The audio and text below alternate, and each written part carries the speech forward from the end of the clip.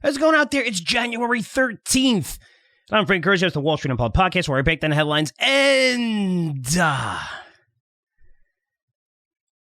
tell you what's really moving these markets. I have an incredible guest today who may be one of the most connected people in the world, both on a political and the investment front. Former presidents, billion-dollar hedge fund managers, legendary athletes, spoken at his conferences, which he holds several times a year.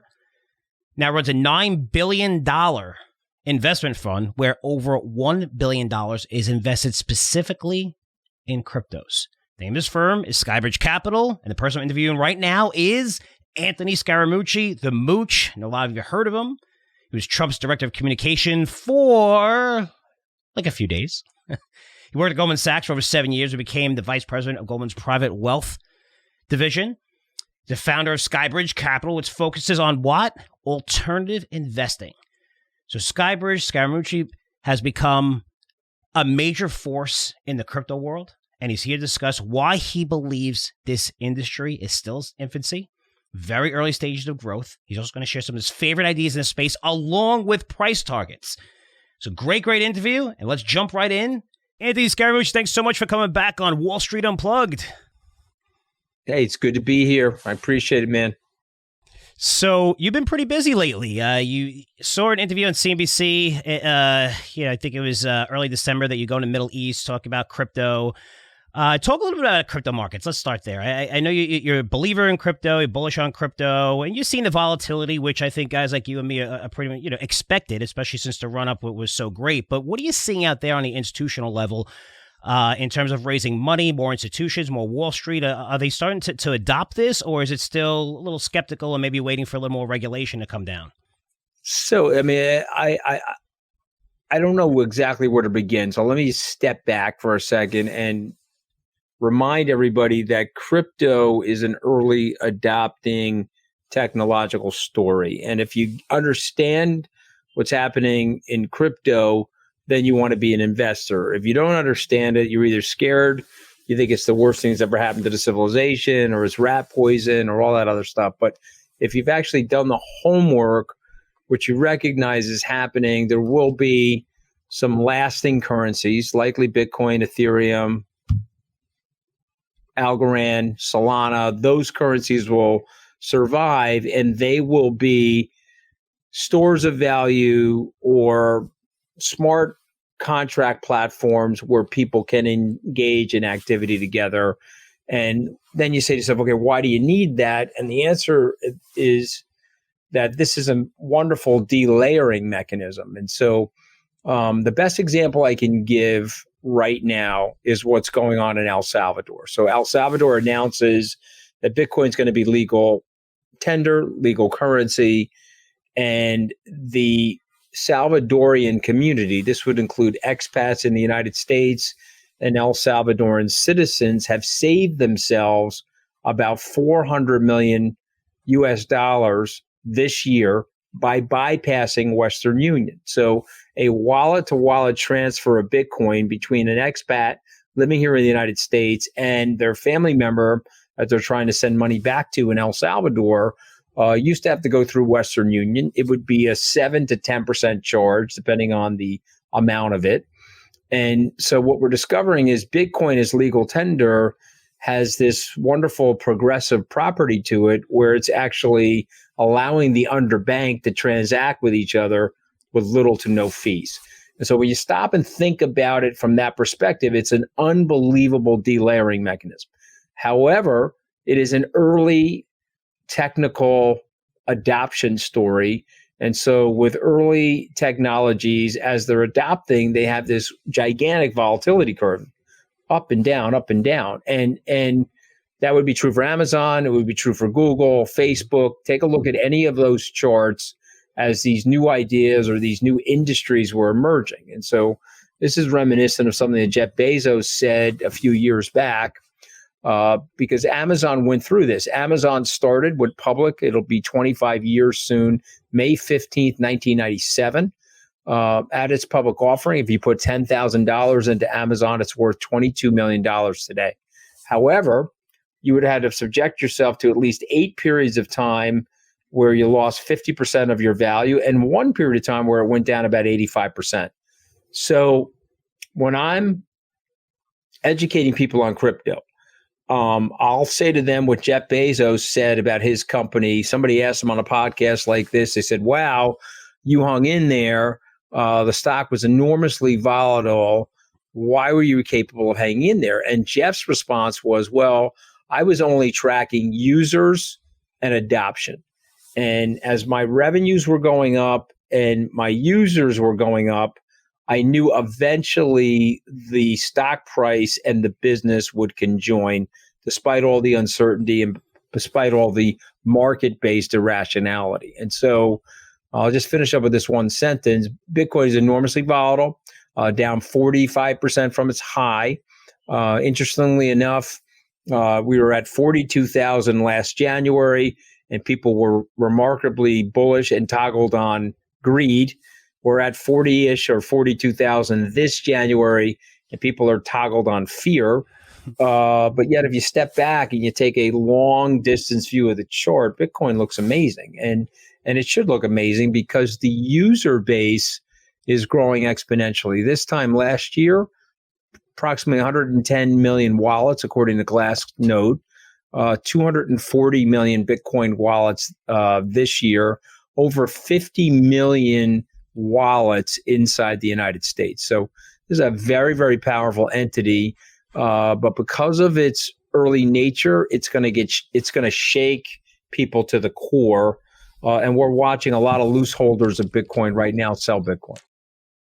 No, it's a good explanation. And I love the analogy with Bezos and Amazon. Now, when you look at Bitcoin, I mean, people if you look at MicroStrategy, Michael Saylor says that, to store value. Other people like you, even now, right? Is it currency? Is it replacing? You have, DeFi, where you said it's a method of payment. Even I heard you talk about, in terms of if it's PayPal, Visa, MasterCard, right? I mean, there's an alternative that could lower that 3% charge all the time. But do you think that, because you're an alternative investment manager and a lot of people who are alternative investment managers see this as something that's not correlated with the rest of the market? Or could, we still don't know that, right? Still early in its phase, but we are seeing recently where, rates are rising and, with a little bit of sell-off, it almost as if it's a risk asset. Do we still have a lot more to learn about this asset? Do you think it's uncorrelated with the rest of the market or risky assets? And how do you play from that point of view from from an alternative manager standpoint? Yeah, I mean, again, these are great questions. These are the age-old questions. And I think if I told you that I had an asset that over 10 years was the best performing asset in the world, bar none, if I told you that you could put 1 penny in this asset, 99 cents in cash, and in the last 10 years, you would outperform every tactical asset allocation model in the world, stocks, bonds, private equity, venture capital, 1% in Bitcoin, 99 cents in cash, it sounds a little bit too good to be true. When you look at it day to day and you see this oscillating, unfortunately, what we know about investors, despite their supposed rationale or their rationality, what we know about investors is that everybody's a long-term investor until they have short-term losses. The minute they have short-term losses, they flip out and they run around in a circle and they go crazy. They go and yell at their financial advisor or yell at themselves or whoever they can blame it on. But ultimately, markets come with the oscillation, they come with the volatility, they come with the risk, and you have to be patient. You have to sit in there. You don't get a return like the one we're talking about in Bitcoin or Amazon without taking any risk or not having any volatility. And so there are risks for sure. But if you ask me, like Saylor, I see it as a store of value. I see it as a perfected ledger. And so if you really study the history of money and you study how we've kept track of each other in our global society and our global economy, we're doing it through money. We're getting the money from a perceived trusted third party. In this case, it's always been the government. The third party is issuing a coin, or it's saying this wampum is legal tender, or this seashell or whatever it may be.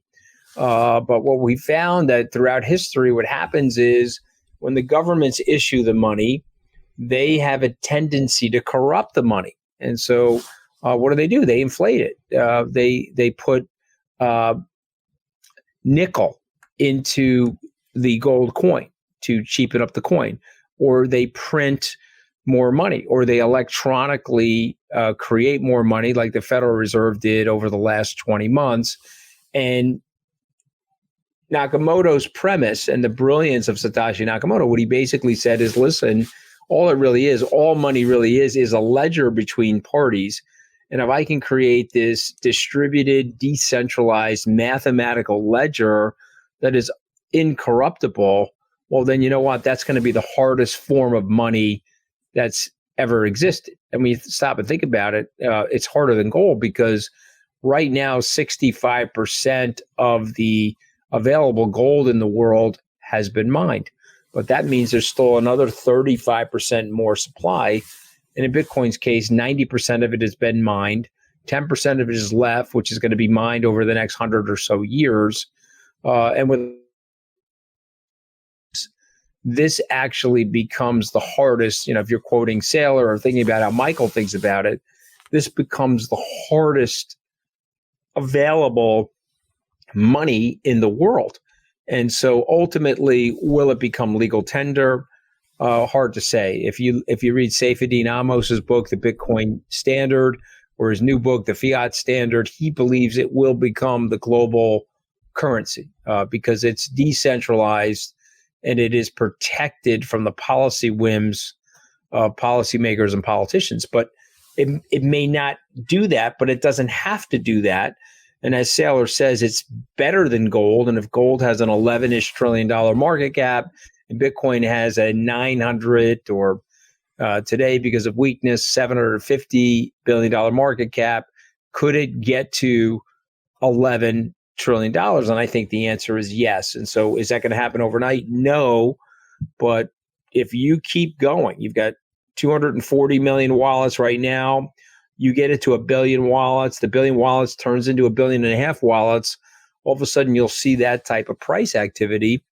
And I'll leave you with this one thought. Imagine we were sitting here 13 years ago and we were talking about, it's 2009, and we were talking about Facebook, and Facebook had 240 million users. And I said to you on a podcast 13 years ago, well, you know what?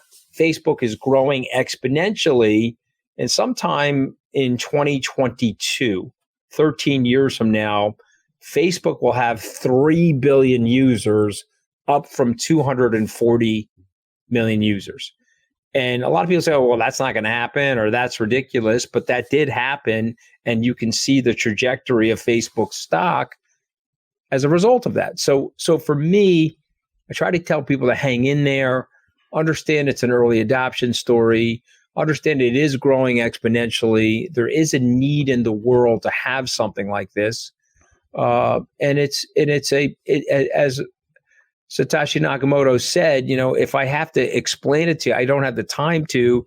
And so you're likely going to miss it anyway. But Saylor, I think, does a great job of explaining it. I'm certainly trying my best to explain it to people. But I am encouraging people, 0.5%, 1%. You should hold some of this, and you should tuck it away and not think about it very much. Yeah, no, that's great advice. And I think you get unfairly criticized too, Anthony, where people say, well, he's all in and this risky asset. And really, I mean, the numbers that I saw, and I think this is in December, whatever it is today, and updated, where is it $9 billion in capital and a little over $1 billion in crypto through 4 different funds, I think. But it is spread out, and I think it does give you an opportunity to add in at times of this when it does come down. But you talked about Bitcoin, you talked about Ethereum, you talked about Algorand, which I'm a big fan of. I think every single aspect of Algorand is better than Ethereum, especially no gas fees. It's faster, it's safer, and Solana. Now, outside of those, because we know there's a lot of garbage out there, especially on the utility token front. What are some of the trends inside of crypto that have you excited? Because I know, DeFi, which we all know about, you could talk about NFTs right now, which I think are, some of them are going to be garbage, of course, just like every trend. But, having, your own content and licensing your own content and owning that content is pretty incredible. And also, I heard you talk about the Metaverse. How excited are you at the Metaverse? I just got back from the Consumer Electronics Show, which I go every year. I've been going for the last 10 years. And it wasn't just crypto companies talking about the Metaverse. It was healthcare companies. It was the car companies talking about the Metaverse. Is this trend coming soon, or is it, can we prepare of it? Does it come through crypto? Talk about some of the things that you're really excited about, maybe within crypto, or those trends. Well, lot there. Let me take the first thing. Totally going to get criticized for my crypto exposure, and totally expect to be criticized. The irony of that is we put a 4.5% to 5% position on, depending on the fund. Due to the success of the position, it grew to I think at the peak it was 22. It's now down at 16 or 17. But again, we didn't add anything. We put in a 4, went to 22. It's now 16. And people, when I was at 22, you have to sell your Bitcoin position. And I'm like, no, I'm not going to sell my Bitcoin position. First of all, it was 4% in cash. Secondarily, if what we think is going to happen, I'm not going to sell it just for the sake of diversification. I think that's intellectually dishonest. I think it does a disservice to our clients, particularly after all the research and homework that we've done. So step one, if you're going to be in this space and it's early adopting, you're going to have to embrace yourself to take criticism. This vest should have Kevlar in it, but unfortunately it doesn't. And so you do take bullets from time to time. Secondarily, what you're saying about the metaverse and going to the Consumer Electronics Show and the future of where we're all going to be, I'm a big believer in the metaverse. I see it in my children. I see it in activity in our society. And if you counted up the hours that people are playing video games, or they're involved in Roblox or Fortnite or any of these virtual worlds, why is it that you can't have advertising billboards in those virtual worlds? Why is it that designer companies can't sell you a sleeve or a skin that you can wear in that world, or a car that you can drive in that world? Why can't you have artwork that's related to that world? And I think the answer to that, and obviously Mark Zuckerberg, much smarter guy than me, recognizes that, that's going to happen. And we need to be a very, very big part of this. And so for me, I see the tokenization, the ICO market. You mentioned Algorand. I think there will come a day where there's an ICO for coins that are directly related to the metaverse. There are a few of them out there right now, but I think Algorand will become the industry leader because of the reasons that you just said. It is a faster transaction speeds per minute. It is a net negative carbon neutral. It doesn't go down. Ethereum and Solana go down. Solana recently, just this last week, I think it's down for the 4th time in 3 months. And I like Solana. I'm not saying that Solana is not going to be part of the future, and I'm not saying Ethereum isn't. I will confess that I'm long a ton of Ethereum. My partner's long a lot of Solana. I happen to be long a lot of Algorand personally, and we have probably a couple of $100 million of Algorand in our funds. But why? Because if you see the world the way we see it, let me take you back 25 years ago. When we were accessing the internet 25 years ago, it was through Alta Vista. It was through America Online. It was through something called Lycos or Ask Jeeves, Yahoo. And then a company came in 1998 by the name of Google, and they had a better mousetrap. They had a better algorithm. They had a better machine learning to their search capabilities. And all of a sudden, all of that stuff got replaced by Google. And so I think that's going to happen. I think Algorand represents that. And what I'm finding is Ethereum built an amazing community. They've got all these great NFTs and smart contracts overlaid on Ethereum. Solana is building an amazing community. But I predict as large-scale corporations recognize that they need to tokenize and they need to make liquid things that were traditionally not liquid. The art market, as an example, we have a relationship with AXA XL. The CEO of North America was with me at the Decipher event, which was the Algorand event in mid-December.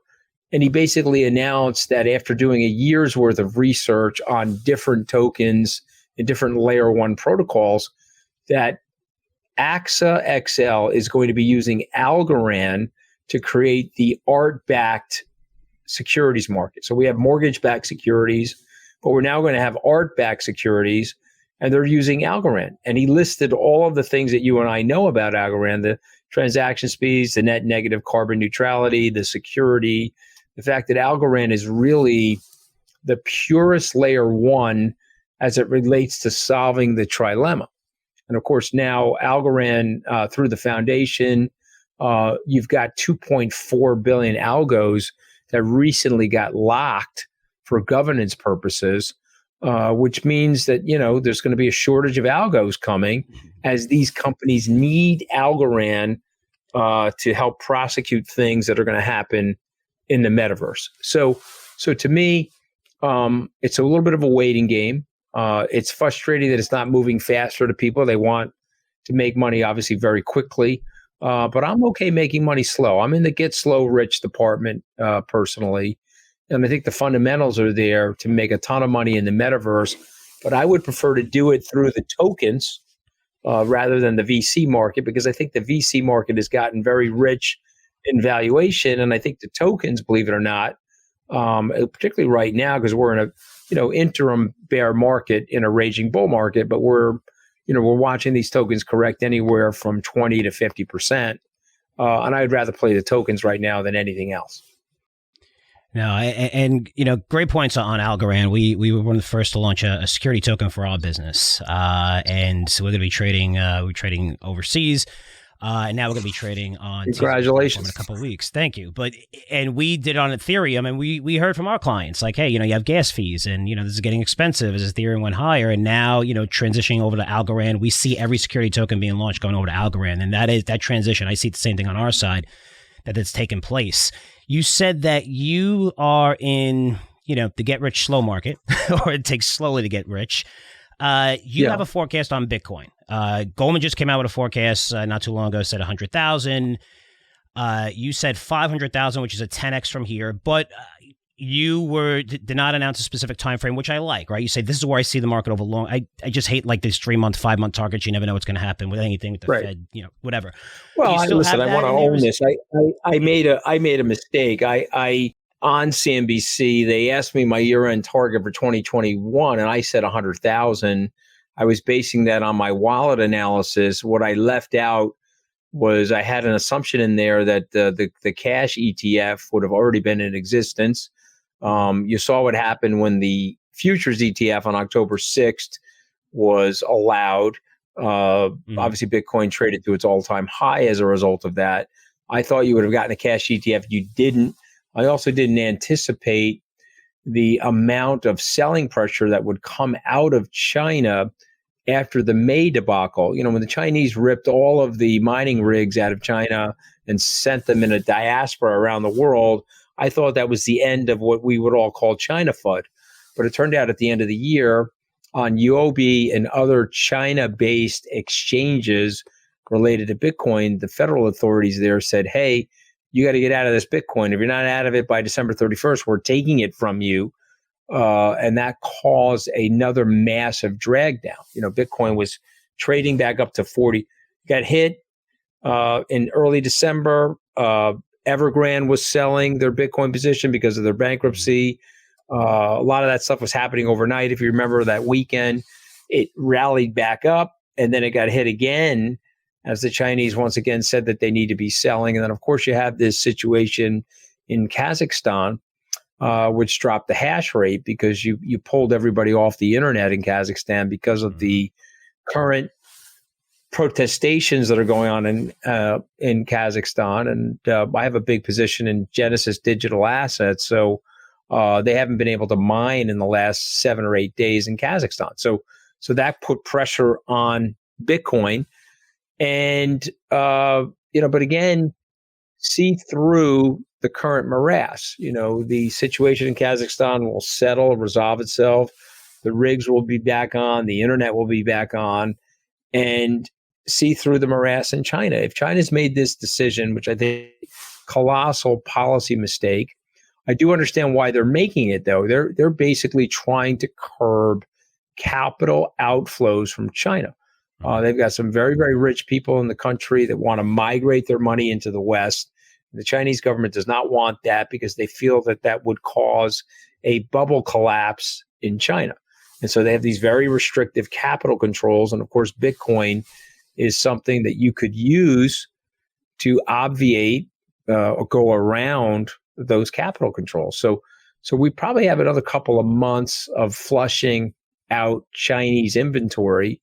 But then after that, I think we're going to be in pretty good shape. No, I love that.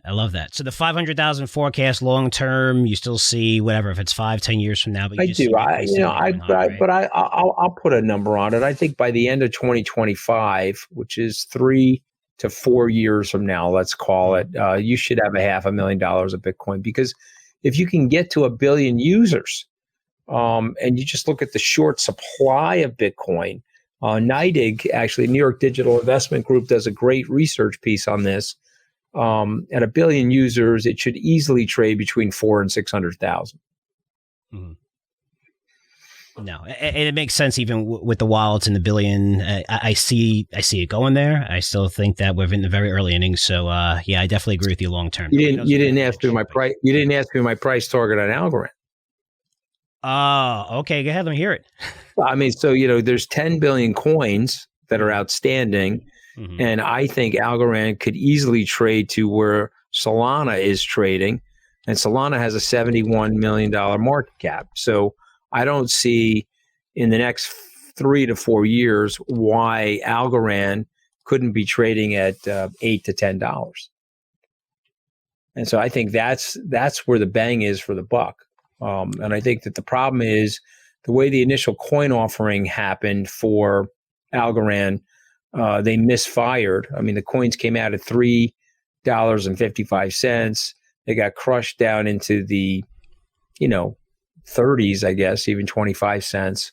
And it was a mishandled coin offering. But now they're rebuilding, and they've got players like Skybridge and others now that are strategic partners.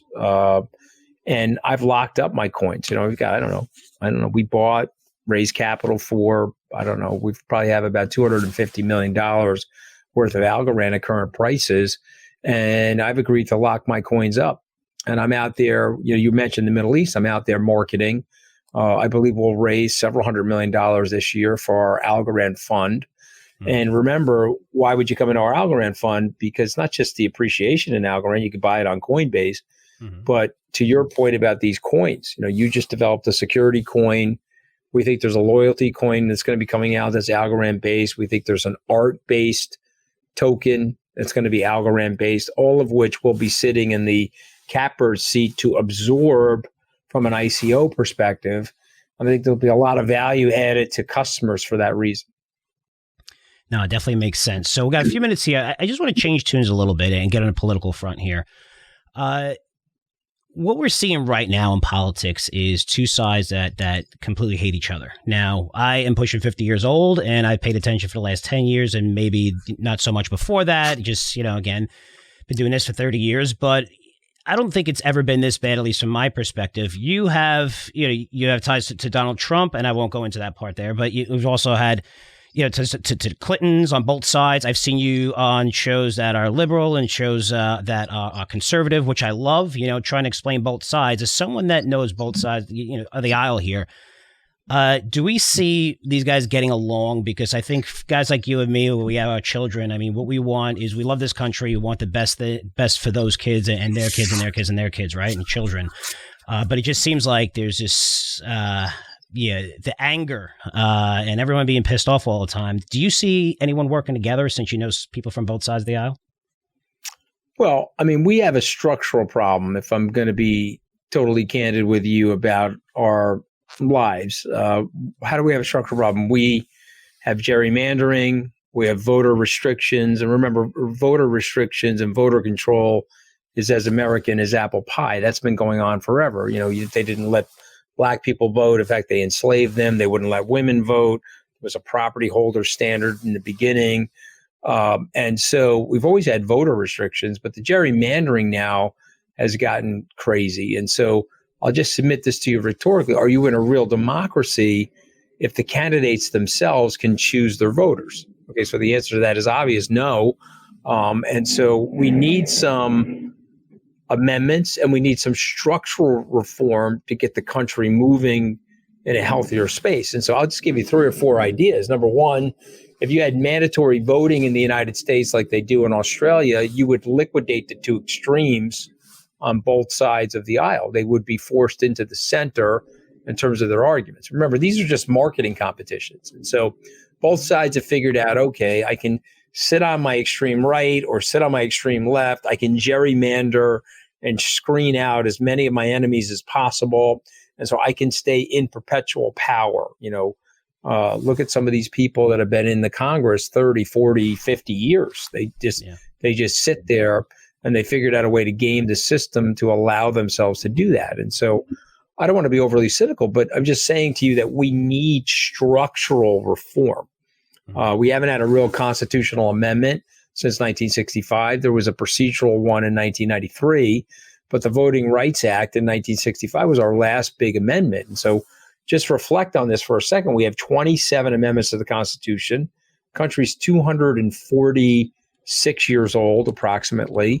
You should be getting an amendment then every 7 to 9 years, but we really haven't had a big amendment in the last 55 years. And so just like your iPhone needs an upgrade, your Constitution needs an upgrade. And a couple of things that the Constitution should be upgrading towards is let's end the ridiculousness of Citizens United, where the billionaire can pound the airwaves and the individual voter cannot. I sort of see that is like the Plessy versus Ferguson of our time. It's separate but equal in terms of the standardization. We need a Brown versus Board of Education reform on that Supreme Court decision.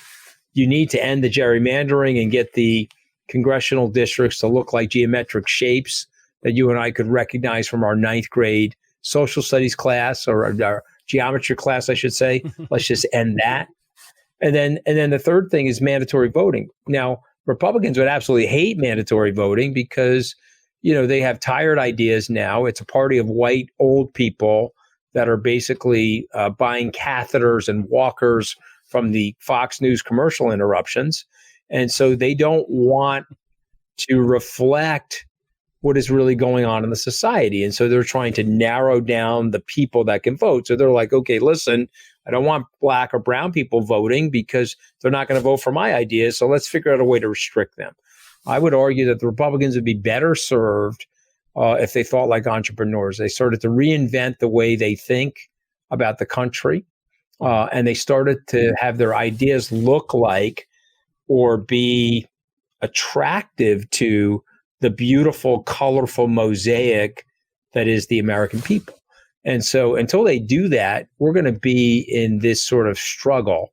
Now, I'll make a prediction here too. You can write me back and you can either tell me I was dead right or dead wrong. Yeah, Republicans are likely going to win the House. They've got the gerrymandering in place.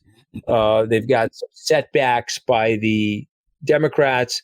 And then they also have this historical situation. It's very rare that the sitting president's party wins the congressional midterms. It's very, very rare. Reagan couldn't do it. Barack Obama didn't do it. Bill Clinton didn't do it. George Walker Bush actually did it. But remember, we were in a war at that period of time. So that was one of the anomalies. So Republicans would take the House. Are they going to end up impeaching Joe Biden? Maybe. I mean, there's a lot of radicalism in the Republican Party, and they could do, and remember, how you can indict a ham sandwich? You could impeach a ham sandwich too. They may make a move to do that, which will be further disruptive, more chaotic, more disastrous. So I hope that doesn't happen, but I do think that the American people are now completely and fully fed up. And so we need a leader, a man or a woman, that can build a coalition of people that, frankly, don't fit in either of those parties. And so we'll have to see if that'll happen. It's hard to believe that it won't happen, given the confidence I have in the long-term nature of this country and the entrepreneurial cultural dynamics of the country. I feel like what's going on in our political system right now will break and it will get renewed. I don't see how this is, you know, you're in the media, I'm in the media, you got an amazing podcast. Get a microphone in front of any average American and ask them, geez, are you happy with the way the politicians are handling themselves? I don't know. I think Kim Il-jung has like a higher approval rating than the Congress in the United States, and he's the North Korean dictator. You know, so to me, it has to be fixed, and I predict it will be fixed.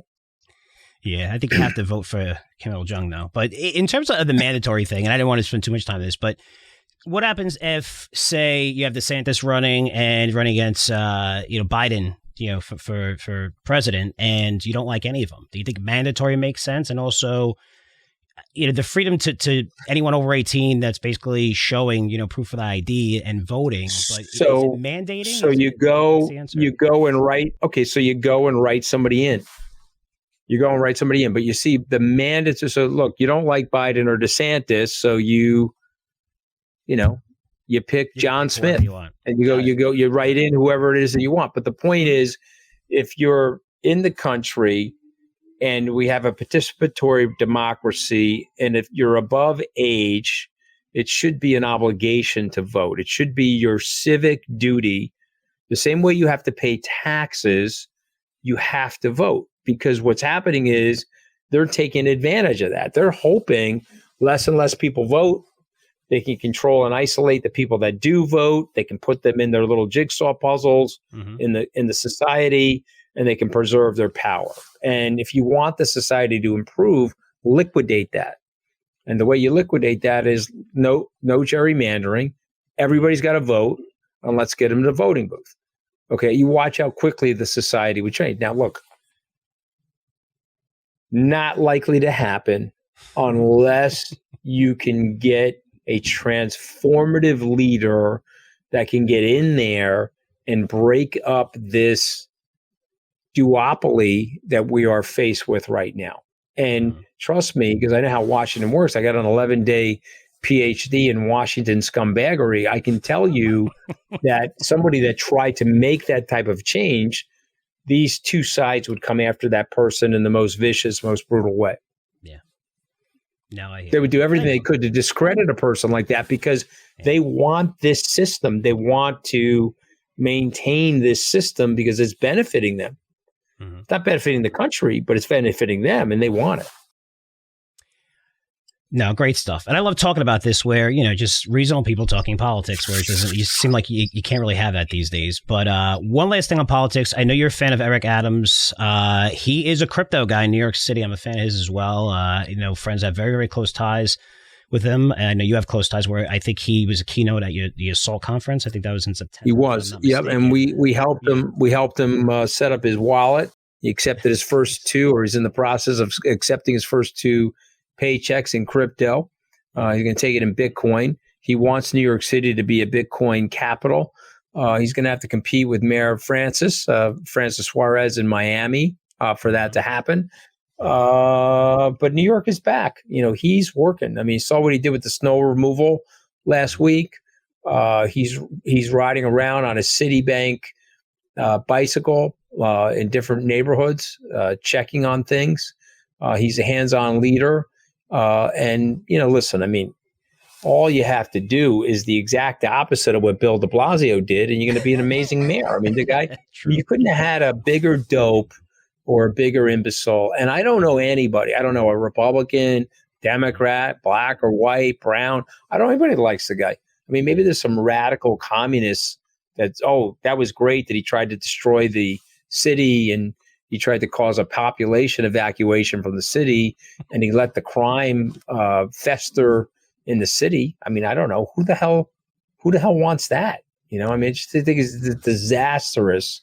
You want to talk about empirical data, left-leaning policies, running a city are an effing disaster. Okay, so we need to stop that.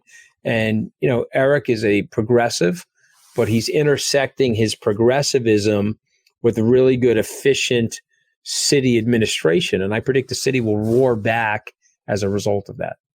Yeah, I hope you're right. So if anyone wants to invest in your funds, Skybridge Capital, crypto, regardless, you also have other funds as well. How can they do that? Well, you go, there you go. Thank you for putting that up there. You go to skybridge.com. You can click on any of those investment solutions, and we've got different things going on, our digital assets, our fund of funds. And then, to learn more, you send us information. We have to vet you, of course. You have to be an accredited investor to be with us at Skybridge for right now. We do have an ETF, which is a First Trust Skybridge ETF. I'm not sure if it's there. The First Trust, there it is, the Digital Innovation Portfolio Unit Investment Trust, that UIT. That is something that you can invest in and not be accredited. And that gives you a sleeve of exposure for crypto. To me, we've got great products, 17 years old, this coming March. We started the firm in March of 2005. And I'm very happy with the direction we're going in. And I would encourage people, if you are long-term investors, think like long-term investors. Don't allow yourself to be shaken out by the vagaries or the whims of the market or whatever the Fed is saying near term. Sit tight, look at the fundamentals of something. In the case of Bitcoin and Ethereum, Algorand, the wallets are moving. If you and I did this podcast in November, there were 16.5 million Algorand wallets. Today, there are 19 million Algorand wallets. Just think of that growth. Yeah. Okay, so it's not reflected in the price yet of the coin, but it soon will be. And my recommendation to people is stay the course, sit tight, be patient. Don't look at your screen all day. Focus on fundamentals. I don't want you to go without talking about this, which is your SALT conference, which is, we can let it run here, but some of your guests on here are just incredible. I don't even want to start naming them because it's almost every major hedge fund manager, past presidents, past, politics. This conference is very amazing. Talk a little bit about SALT if people aren't familiar with it.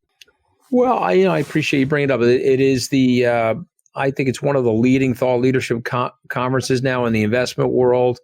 It is a collection of, there's Mayor Eric there, you're showing them. President Biden came in 2017. There's President Clinton. We have a very eclectic mix of policymakers, public servants, former Federal Reserve chairman, British prime ministers, defense secretaries, CIA people. But then we also have, hedge fund managers, sports team owners. Will Smith has come. Ron Howard came. Unfortunately, we saw the tragic death of Kobe 2 years ago, but he was there in 2017, did an amazing job. And what we try to do is we try to bring a conclave of brilliant thinkers together to just discuss what is going on. And for me, I'm always trying to renew this thing with younger and younger people. And so we had a lot of crypto people, NFT people, programmable biology. I want this conference to always be about the future, not a bunch of legacy toadies like me, okay, saying the same thing over and over again, okay? So my attitude is the younger you are and the smarter you are, I want to give you a chance to sit on that stage and talk about what you're doing. No, it's great stuff. And your next conference is going to be, and I want to bring that up, is a crypto. Yeah, so we have a crypto conference. We have a crypto conference coming in the Bahamas. There you go. There's Crypto Bahamas. That's the 26th to the 29th. It's going to be in the Baha Mar Hotel right there on Paradise Island, and we're super excited about that. No, it's great stuff. Okay, last thing here. By the way, I'm going to Bahamas this week. Hopefully everything will be okay because they're requiring tests 3 days before, tests on the way back. So hopefully by April it gets a little bit easier to get there, but I'll let you know about that. Sure. You'll be fine. Yeah, I think so. So I want to leave it with this story because it was a funny story that I heard you tell once before. And it was about you boarding Air Force One with the president and you being a little sick and he's a germ free. Could you tell that story? Because I thought it was fantastic. Well, it's a true story. Trump is a little bit of a germaphobe. And so I had a sore throat and, he was pressing the service button and the butler came into the Air Force One cabin, sort of the office that the president sat in. And he says, hey, there's something wrong with Anthony. Go get Ronnie Jackson. Ronnie's now a House of Representatives member, but he was the president's doctor. He came in, took a look at me. He said, okay, come in the back. Took me into the hospital bay. And he told me to pull my pants down. I was like, pull my pants down? And then he said, yeah, I think you have a strep throat. I'm going to give you a shot of penicillin. And so there I was on Air Force One with my ass up in the air as I was getting a penicillin and a cortisone shot from the president's doctor. And so anyway, that was pretty funny stuff. No, that's great stuff. Well, Andy, listen, thank you so much for joining us. I really appreciate how busy you are. And if you need anything on our end, please just let me know. I really appreciate my pleasure, man. Great to be on. I hope hope you invite me back. It's always a pleasure. Definitely will. Thank you. Thank you. Yeah, I'm a big fan of Scaramucci. I think he does a good job. He doesn't run away from certain things, whether it's, conservative channels or, just leftist craziness. I like the fact when I interview him, he's like, you could ask me anything you want, politics, whatever. I'm like that when I get interviewed. Look, this is me. You like it, you like it. If you don't, you don't. I like that. I don't agree with his politics, but big deal, right? I mean, that's become such a factor with everybody where, you hate each other because of politics, yet everything else, you have so much in common. You won't believe in this industry. And he's a huge force in crypto. Over $1 billion in assets in the industry. Put that in perspective, Novogratz, talked about yesterday, has about $3.5 billion in there. So he's becoming one of the leaders. So, just someone who has their finger on the pulse. His SAL conferences are absolutely amazing. The access he has is huge, right? He has a big soundboard, which, massive social media presence. As I said, political presence, global presence, where we talked about how he just flew to the Middle East to raise capital for his funds, as is a lot of people in the Middle East. Even when I raised money, there's companies that reached out to me from the Middle East. We didn't take any venture capital, institutional money because they all wanted special deals and wanted probably to control the company, which I wasn't going to let them do. We were in a position of weakness. We're generating, money. We're doing well, growing. So a lot of companies do just see that number and want to, take it, and they don't understand the consequences. I see a lot of people where their business is no longer at the company that they started. They really don't have too much control because they've given so much away because they see a number of 5 million, 10 million. Oh my God, look at the name that's going to come in. Well, that comes in with a lot of asterisks. So it's, we want this, we want that, we want board seats, we want everything. And you have to be very, very careful, very, very careful. But, I like Anthony a lot. I feel like our paths are going to cross within the crypto world, since we share similar views, since we have our security token, because our equity owners, which are going to be trading in a couple of weeks on T0. We pushed it just to January, and, I wanted to just, make it a really big deal for all of us and not just announce it between the holidays, which is for scheduled. So it's going to come out pretty much a couple of weeks. Let everybody know about that. But the last time Anthony was on, this is the second time he's on the podcast. He loves coming on, and he's a hard person to get on. He doesn't go on all podcasts. He does do some media, so I'm very honored that he came on. And the last time he was on, we had one of the most listened to podcasts, most viewed podcasts. I'm sure we're going to have similar results, if not better, because we've added lots and lots of new people to our list. But this is just one of the contacts that we have in the crypto industry. I don't call myself a pioneer. Other people say that. I just saw something that made a lot of sense. But the fact that we were one of the first to do that with security tokens, the access it has given us is incredible within this industry, because we did it the right way. We did it where it's shareholder friendly, no bullshit. We're not diluting the hell out of anybody. Hey, we're looking to build this into $1 billion organization. We got in people at the ground floor, and we were able to do this because of, security token, which less regulation, less cost to us. And now we have, we're trading on a foreign exchange where our investors could trade the security 1 year later, which holds me accountable. Right? If I'm a private company, 6-7 years, and I, fuck up on year 2 or 3, what are you going to do? Nothing. Can't get out of your investment. So there's a liquidity period. Most people, anyway. And that liquidity period could come with an IPO, which is probably not going to come if I messed up or I'm not doing well within the business. or come through getting taken over, which, again, the average time a private company is that liquidity period is 7 to 10 years. That's a long time. Now it's 1 year. So you could say, hey, I like this idea. If you don't like it, now you could trade that token. So now that a US-based company going to be trading on a US-based platform in T0, the largest in the world in terms of volatility, it's really exciting times. It really is. So that's the last component here. But having these types of contacts, Scaramucci and others, and interviewing guys, the CEO of BlockFi, and just, really, it's an honor because these people are brilliant. They're the pioneers. They're the innovators. And even guys like Scaramucci and myself, right? We see these people and say, holy shit, this is where the innovation is going to come from. It's pretty amazing.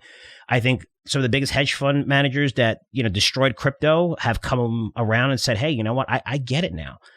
And I understand it. So, this is an industry, look, you're going to see the ups and downs, and you saw Bitcoin get hit, and most of you in crypto holdings got hit. That's the industry. You want to be careful. You want to start out with small positions. Don't take full positions right off the bat. This is one of the only areas where you could see 5x or more returns. That's very difficult to see in the market these days when you have the snowflakes coming out at $80 billion valuations. The Robinhoods came out at 40. It's 15 right now. It's very difficult with the valuations that these companies come out, especially with SPACs, which are, how many of those are trading, underwater, below that $10, price? But there's not a lot of areas that you could generate massive, massive returns and be first to the party. And this provides that opportunity, even for us, Curzio Research. Maybe it doesn't work. Maybe I fail, whatever. People who know me know that I'm going to do everything I can to make this thing work. This isn't a short-term thing for me. This is my life. I've been in this for 30 years and follow on top of my late dad, who's been in it for 30 years. And, my plan is to build this thing into a massive company. If I do, people investing in our token now they're going to see life-changing gains. And that's what you want out of investments. People don't mind taking on risks, even if the risk is 100% of your loss. You want to only use capital that you could afford to lose. But if you're invested at $5,000 and say, hey, I want to lose it, make sure that $5,000 could turn into $50,000, could turn into $100,000, because that's worth it from a risk-reward basis. Depending on what that reward is, right? The higher the reward, the more risk you're going to have to take. You can't risk something and say, hey, I'm going to put $1,000 in it, but I can't lose it. If you can't lose it, don't go into crypto. Don't go into crypto. Because there's a shot that you could lose it on some of these things. However, there's also, if you look at our portfolio, even after this pullback, you're going to see 20x, 10x winners across, lots of them. This isn't like, hey, we got lucky with one, we got lucky with none. Some of them are actual stocks. Not even cryptos. We have to go to different exchanges, whether it's Coinbase, whether it's, Kraken or Gemini or wherever you go and you trade these things. These are actual stocks that we got in early through our access. And having that access, it's incredible. It's building. Our network is building in this industry. Again, you guys know I believe in this, and I like to see pullbacks because we have a lot of small positions in our newsletter, and we're going to be adding to a lot of stuff this week when Crypto Intelligence comes out, which, we delayed for a week because I was away for a week, and I wanted to talk to a couple of crypto companies who attended the Consumer Electronics Show. But getting back to Anthony, he's a big force in this industry and over $1 billion in it. He has amazing contacts, and I think I just have a feeling that we're going to be doing business together, going forward. So I really appreciate him coming on. It means a lot. I know it's not an easy name to get. He doesn't do, media just for anyone, but he liked it last time. He's on again. And he said, hey, invite me anytime, which is really, really cool. And that's a great contact. So let me know what you thought. FrankCurzioResearch.com. I do this podcast for you guys. This is a free podcast, right? So let me know. If you like the interview, if you want to criticize, yes, I'm going to get the political comments back and forth. But when you put aside the political stuff, when you put aside, the shitty part, right? Because you're always going to have difference of an opinion, and we have social media that's forcing us to hate each other, right? That's what they want. That's why we post more. They're forcing us to hate each other. But if you take away that bullshit, there's a lot everyone has to offer. Every person has to offer. And, for Scaramucci and his firm, what they have to offer and what they could do for us and, what we could do for them, I'm just happy that he's in this industry. And again, I think our paths are going to cross in the future. I just have a feeling, no guarantees, but I just have a feeling they will. I think we share similar outlooks, and I like the way he does business. So, again, question, comments, FrankCurzioResearch.com. Early next week, be on the lookout for my free report. It's absolutely free. Going to outline the biggest trends at CES, along with 7 stocks on my watch list that had the biggest influence, at least from my point of view. And that report is going to be available early next week. I'm just about finished writing it. It's going to go through production and everything. So I would say Monday or Tuesday next week, it'll be on our website. I'll let you guys know. But it's absolutely free. Definitely take a look. You're going to see 7 cool stock ideas that may make their way into our portfolio. But it's a really, really good detailed report that you're not going to see anyplace else. at least in that detail and videos and pictures and everything that we shot. And a lot of the stuff that's going to be in there is not stuff that's currently on our website, which you can go there and view our whole CES coverage and all the videos, which are really cool. This is going to be different, this report. You're going to see stuff in there that's not in some of the stuff on the website that we have. So really, really cool stuff that'll come up next week. So questions, comments, feel free to email me again, frankkurzresearch.com. Really appreciate all the support. And I'll see you guys next week. Take care.